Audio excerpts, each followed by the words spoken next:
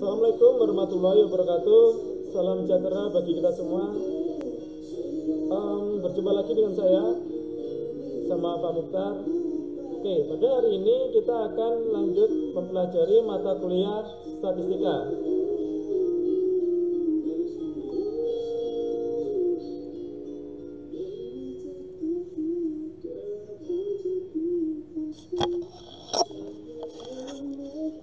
Oke,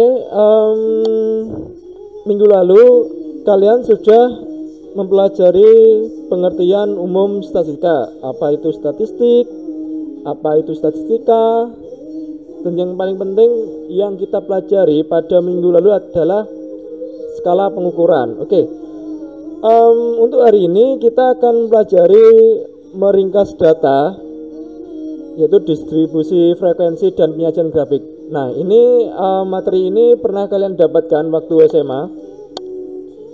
Jadi saya rasa ini mudah untuk kalian pahami. Oke.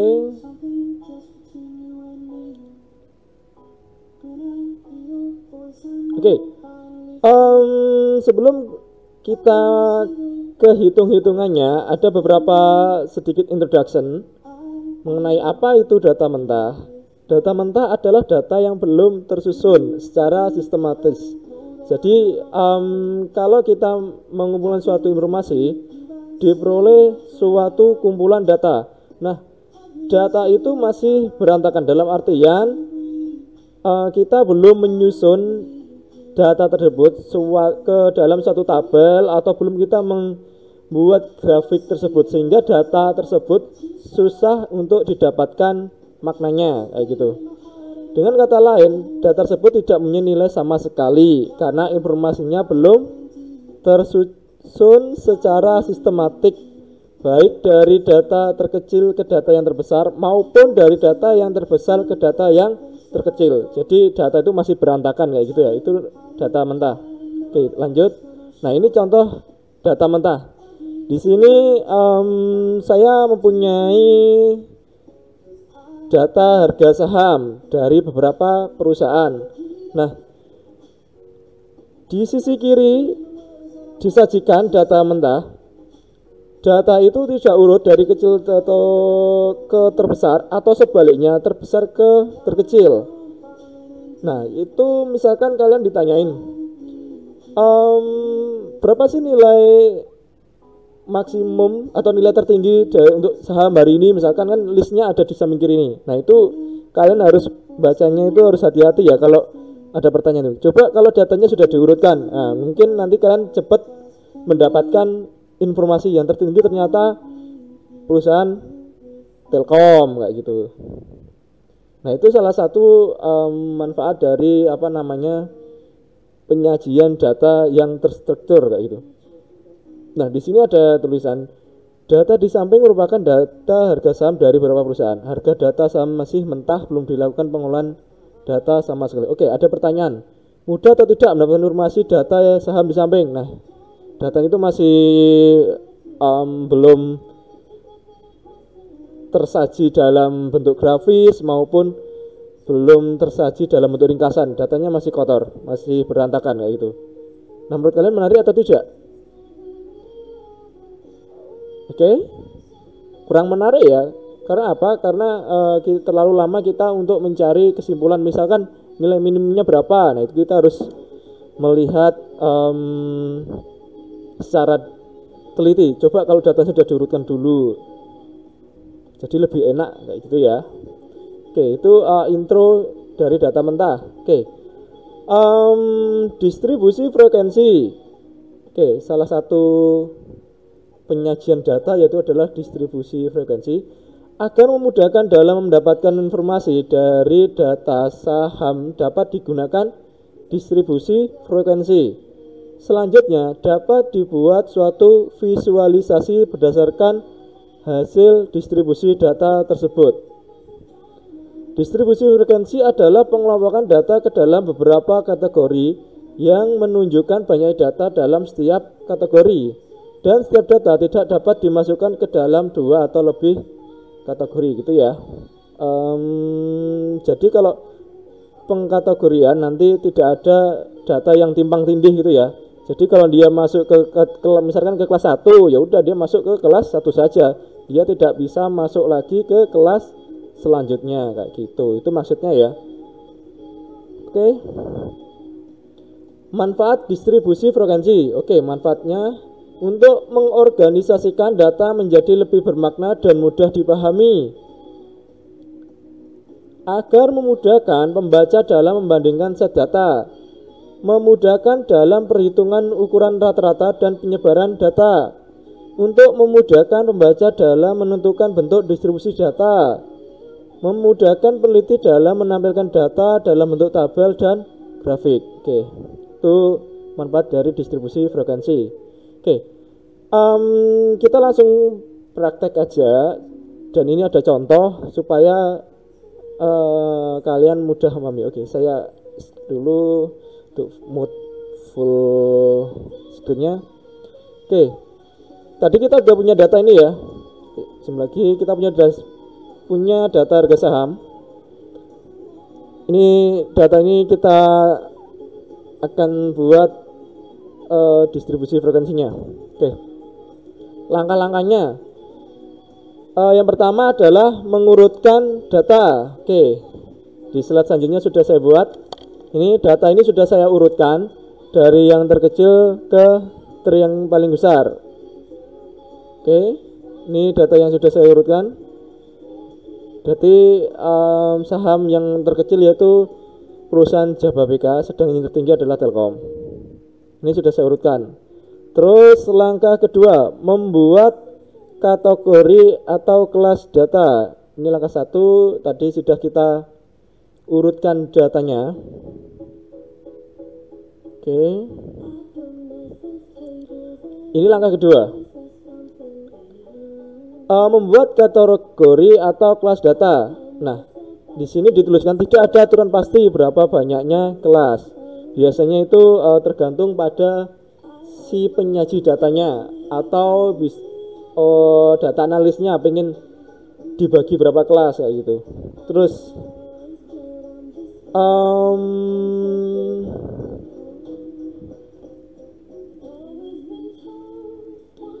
selanjutnya tapi ada beberapa pendapat untuk menentukan berapa banyaknya kelas. Itu ada beberapa pendekatan, yaitu yang dikenal adalah aturan Sturges. Dengan rumusnya yaitu jumlah kategori atau jumlah kelasnya itu sama dengan 1 ditambah 3,322 log n. Oke, kita kembali lagi di sini. Nih, membuat kategori. Kita masih dalam proses langkah kedua. Masih membuat kategori. Oke, sudah.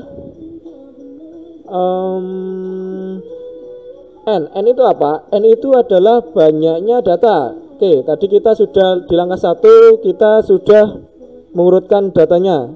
Ini data kita. Ini banyaknya perusahaan yaitu sebanyak 20. Oke, jadi kita punya N-nya 20. Oke, sekarang kita hitung jumlah kategori atau banyaknya kelas. Pakai persamaan ini yang warna merah ini. Rumusnya 1 plus 3,22 log n. Oke, saya hitungkan di Excel.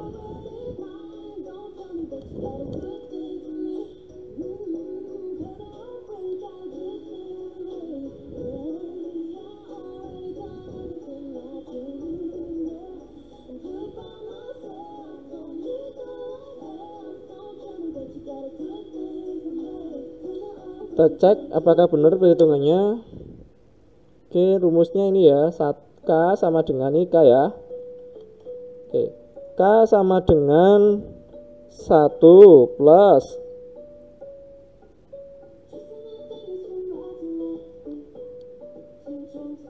3,322 kalikan log 20 log 20. Oke, ini hasilnya ya sama ya. Ini perhitungannya.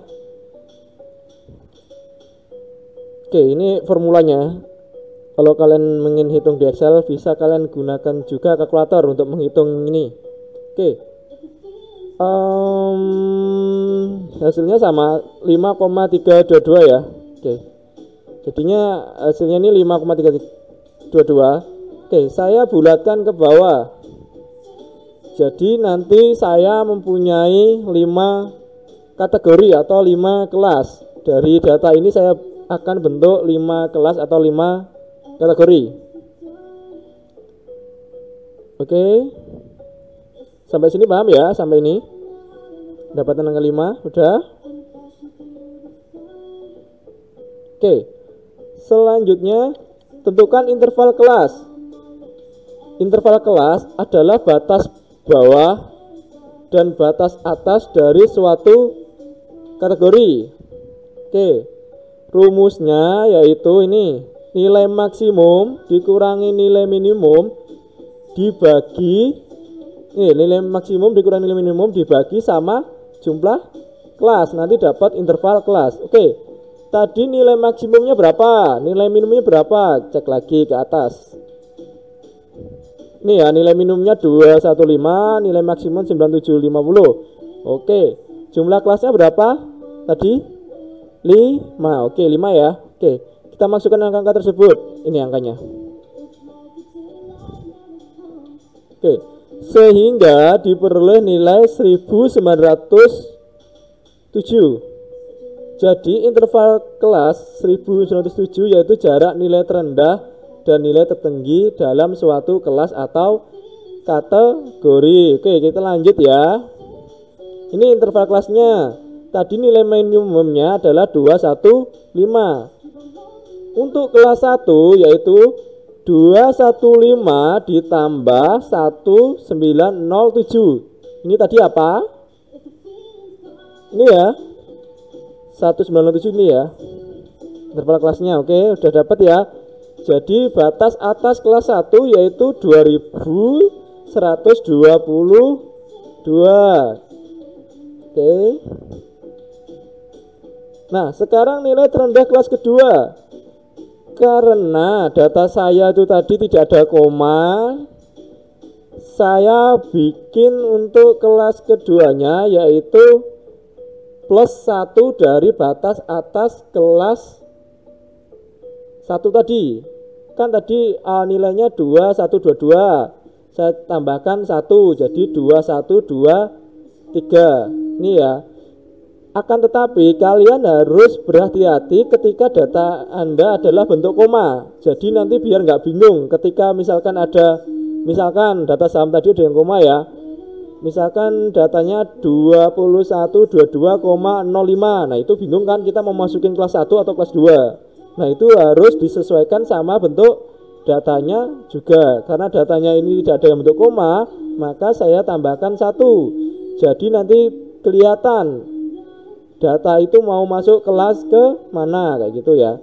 Oke, ini kelas batas bawah kelas 2 yaitu 2123. Oke, untuk range-nya tadi kita tambahkan lagi batas ini 2123 ini ditambah dengan 1907 diperoleh batas atas kelas 2 yaitu 4030 dan seterusnya sampai kelas 5 ya. Oke, paham sampai sini? Nah, kita sudah mempunyai interval kelas. Oke, dari sini kita udah gampang. Oke. Nah, langkah selanjutnya kita harus membuat penturusan atau tabulasi data. Oke. Untuk interval kelas 1 ya. Kelas 1 intervalnya itu 215 sampai 2122. Oke, ada berapa ya? Nah, ini kalian bisa cek lagi datanya. Nilai dari data ini yang masuk ke range 215 sampai 2122 itu ada 14. Coba nanti kalian cek sendiri, bener enggak ada 14? Oke, tadi berapa paling tinggi? 2122, 2122, 2122, 2122. Berarti ini ya, dari sini ya. Ini ada berapa? 1, 2, 3, 4, 5, 6, 7, 8, 9, 10, 11, 12, 13, 14. Betul, berarti ada 14. Dan berlaku untuk kelas selanjutnya. Ini cek lagi, bener nggak? Ada 3, ada 1, ada 1, ada 1. Oke, cek sendiri ya. Oke, kalau sampai langkah 3 ini sudah kelihatan ya. Udah kelihatan, maksudnya data yang berantakan tadi udah terstruktur kayak gitu ya. Oke, selanjutnya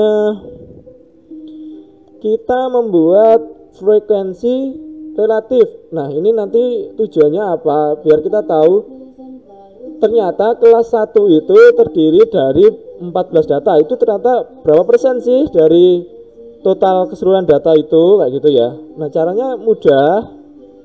Oke. Nilai ini kalian jumlahkan dulu biar gampang. Tadi berapa banyaknya observasi? Jumlahnya itu harusnya sama dengan banyaknya observasi, yaitu sebanyak 20. Oke. Untuk presentasi yang atas sendiri itu kelas 1 yaitu 70%. Dapatnya dari mana? Dapatnya dari 14. 14 ini dibagi sama banyak data, yaitu 14 bagi 20 dikalikan 100%. Dapat angkanya yaitu 70%. Dan seterusnya ya, kayak gitu ya. Ini dicari sendiri, 3 dibagi 20, 1 bagi 20, ini angkanya satu-satu semua, jadi persentasenya sama juga. Kalau dijumlahkan harus 100%. Itu ya. Oke, kalau nggak 100% salah. Harus hati-hati.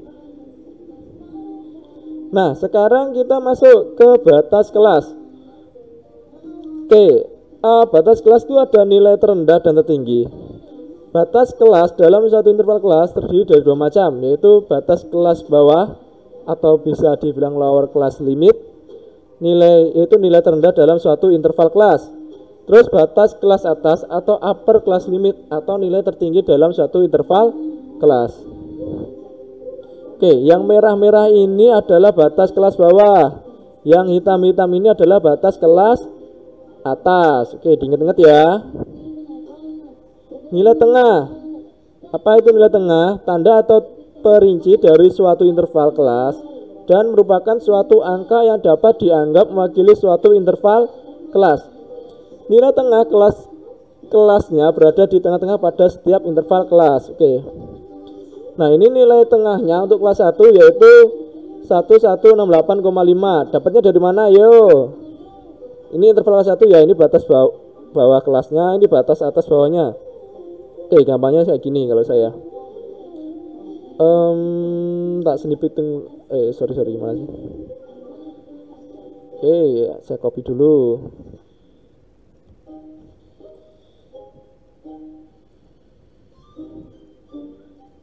Oke, ini nilai tengah untuk kelas 1 yaitu saya jumlahkan batas bawah kelasnya untuk ini kelas 1 ya dengan kelas atas kelasnya. Terus saya bagi dengan 2, hasilnya 1168. Inilah nilai tengah dari kelas 1. Itu ya. Dan seterusnya untuk mencari nilai tengah kelas 5 yaitu 7.847 ini ditambahkan dengan 9.754 lalu dibagi dengan 2, hasilnya ini 8.800,5. Nah, untuk nilai tengah sendiri harus terletak di antara interval tersebut. Kalau di luar interval tersebut berarti perhitungan Anda salah gitu. Oke, sekarang nilai tepi kelas atau kelas boundaries. Nilai batas antara kelas yang memisahkan nilai antara kelas 1 dengan kelas lainnya. Penjumlahan nilai atas kelas dengan nilai bawah kelas diantaranya dan dibagi 2 itu untuk mencari nilai tepi kelas. Oke. Akan diberikan contoh untuk menghitung nilai tepi kelas bawah kedua. Oke. 2122 ini adalah kelas atasnya si kelas 1, batas atasnya si kelas 1. Terus 2123 itu adalah batas bawahnya si kelas 2 ini dibagi 2, maka kita dapat nilai tepi kelas bawah kedua yaitu 2122,5. Itu ya. Mudah ya ini ya, bisa dipahami ya.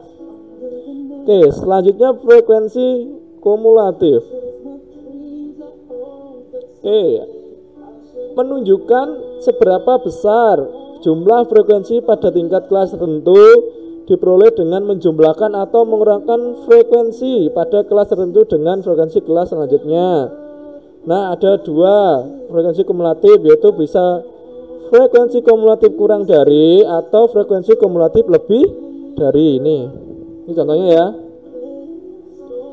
Ini yang kurang dari. Kalau kurang dari itu dimulai dari yang kecil.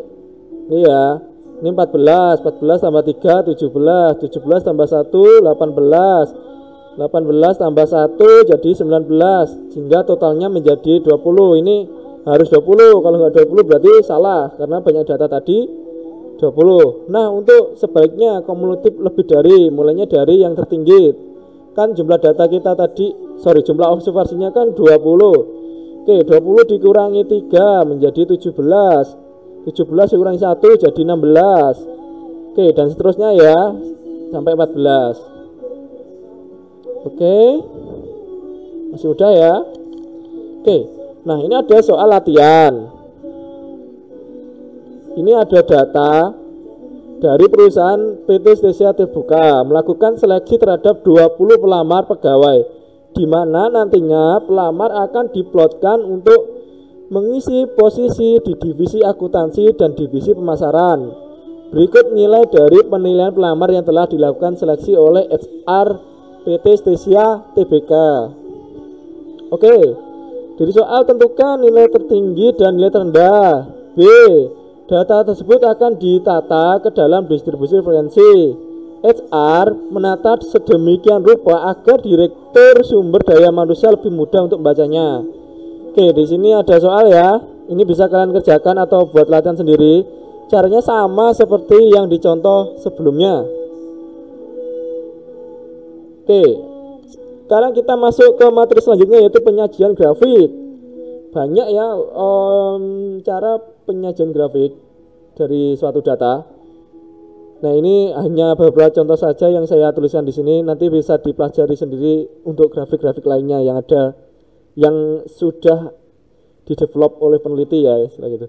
Oke, di sini ada histogram, diagram dahan dan daun, poligon frekuensi kumulatif, ada time series. Time series itu nanti ada data itu ada runtutan waktunya. Terus ada diagram batang. Oke. Ini adalah contoh dari histogram. Histogram ini saya buat dari data saham. Oke, untuk membuat histogram ini kita perlu membuat suatu ini tabel si distribusi frekuensi tadi. Oke, ini lanjutan ya dari histogram ini, lanjutan dari sini ya, lanjutan dari sini. Jadi untuk kelas 1 itu sebanyak 14. Oke, kita gambarkan biar mudah gitu ya. Ini sebanyak 14. Ini angkanya itu 14. Ini 14. Terus ini kelihatan disorot. Nah, ini ada 14. Tadi itu berarti kelas 1 ada 14. Terus kelas 2 itu ada sebanyak 3. Terus kelas 3 sebanyak 1, 4, 1. Kelas 5 ada 1. Ini adalah histogram.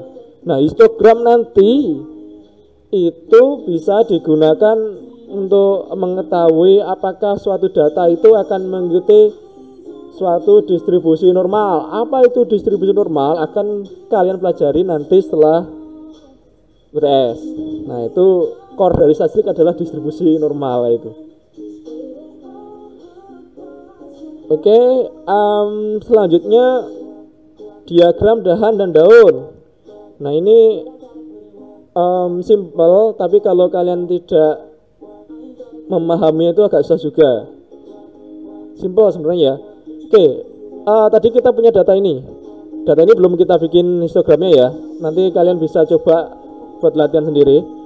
Oke, di sini satuannya kelihatan yaitu puluhan, akan tetapi nilai terkecilnya yaitu 51 ya. Oke, 51. Nah, data ini saya mau bikin diagram dahan dan daun. Oke, puluhan yang paling kecil, satuan yang paling kecil, ya puluhan ya, depannya puluhan ya, saya lupa pelajaran SD ini. Oke, yang paling kecil adalah 51, berarti angka puluhan terdepannya itu 5, itu ya. Terkecil 5 ya, oke saya tulis 5. Ini tak tulis 6, 7, 8, 9 gitu ya. Oke, yang angka depannya 5 itu berapa saja angkanya? Oke, 51. Terus 55, 56, 59. Udah itu aja ya. Ada 4 ya. Oke, ini 1, 2, 3. Tadi ada 51, 55, 56, 59. Mudah kan? Oke, sekarang yang 6. Oke, 6. Yang nilainya 60-an berapa?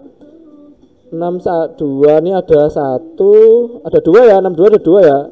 Punyanya si Heri sama si Didik. Didik nilai 62, Heri 62. Terus si Put, terus 1, 2, 3, 4 si Justin, si Citra. Oke, ini ringkasannya ya, ada 5. Jadi nilai 62 ada 2 orang, 1, 2.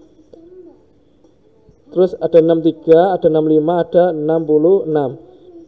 Dan seterusnya ya sampai nilai yang 90. 90 ada, nanti ada nilai 90, ada 94, dan tertinggi adalah 98, dan terendah tadi adalah 51. Ini nilai terendah di sini kelihatan. Ini yang tertinggi nanti. Oke, 98 ya, ini nilai 98 punyanya si Susi. Oke. Paham ya untuk diagram dahan dan daun? Oke, selanjutnya poligon frekuensi. Apa itu? Nah, tadi kan kita sudah mempunyai data si ini. Mana tadi ya? Yang histogram tadi. Nah, ini. Poligon itu dibentuk dari sini juga. Nah, ini kelas 1 tadi 14, kelas 2 3, kelas 4 5 6 1 1. Sehingga kita bisa membuatkan poligonnya kayak gini. Ini kelas 1. Kelas 1 itu sebanyak 14. Ini kelas 2 sebanyak berapa tadi? 3 ya. 3. Kelas 3 itu ada 1, kelas 4 ada 1, kelas 5 ada 1. Udah kan? Itu untuk poligon frekuensi. Nah, ada juga poligon frekuensi kumulatif. Nah, itu ada 2 jenisnya, yaitu lebih dari sama kurang dari gitu. Oke, ini ya. Poligon ini dibentuk dari sini ya.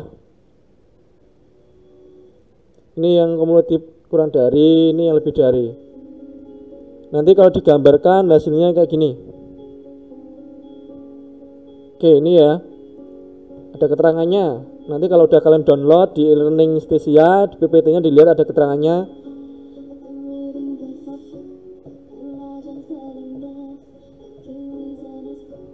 Oke. Bisa ya, nanti dicek ya.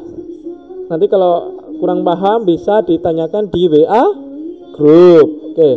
Nah, ini untuk time series. Biasanya time series itu digunakan untuk data penjualan. Ini misalkan data penjualan apa ya? Contohnya data penjualan baju kayak gitu. Nah, ini bulan Januari itu ada berapa yang terjual? Ada 3. Bulan Februari ada 4 dan seterusnya. Ini datanya ini beda sama data contoh sebelumnya ya. Nah, perlu jadi perhatian kalian bahwa poligon dengan time series itu beda ya. Oke, bisa dipahami? Bedanya apa? Beda. Kalau poligon tadi kalian itu ke frekuensi kayak gini. Perbedaan yang paling mencolok bahwa time series itu ada kaitannya waktu. Nah, ini ada Januari, Februari, Maret, April. Kalau poligon yang ini tidak ada. Itu ya, kuncinya di waktu ya, diingat ada waktunya untuk time series. Itu Itu ada Januari, Februari, ini time series, namanya juga time gitu ya. Oke, selanjutnya diagram batang. Ini mudah juga. Ini saham tadi, ini kecil ke gede ya. Ini tinggal diplot. Tadi Java BK tingginya berapa? 200 berapa tadi. Terus Telkom yang tertinggi 9.000 berapa gitu. Jadi setiap data itu digambarkan tingginya berapa. Setiap data ini untuk yang horizontal, ini untuk yang vertikal. Kembali enggak? Itulah pokoknya. Nah, untuk data histogram, histogram sama diagram batang itu sama atau tidak? Beda. Oke, pintar, beda sekali. Kalau histogram ini langsung dari datanya itu bisa diplotin. Mana tadi datanya? Data si sahamnya di atas ini. Ini langsung bisa diplotin. Ini yang sudah diurutkan.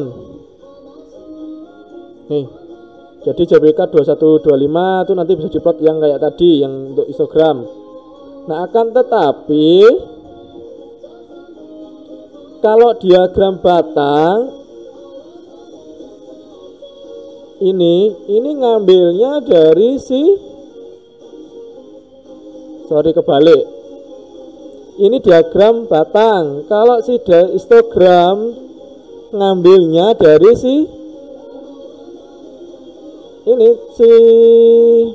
mana ya sama?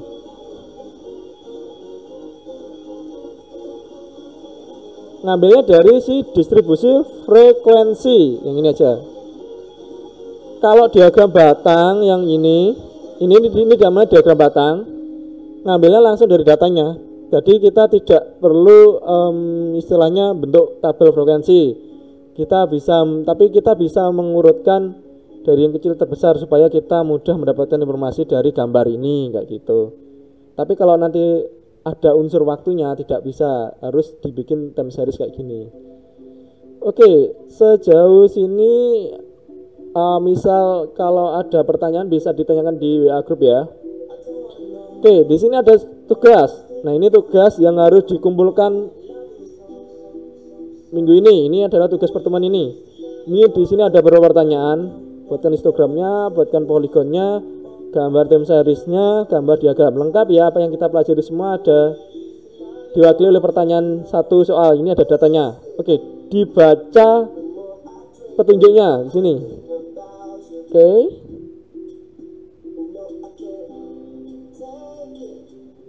Oke ya. Apabila ada pertanyaan untuk tugasnya bisa WA group. Oke. Saya rasa cukup sampai sini untuk pertemuan kedua. Dan untuk pertemuan selanjutnya kita akan mempelajari deskripsi data ukuran pemusatan. Apa itu? Let's see ya. Oke. Saya tutup untuk pertemuan hari ini. Terima kasih atas perhatiannya. Assalamualaikum warahmatullahi wabarakatuh.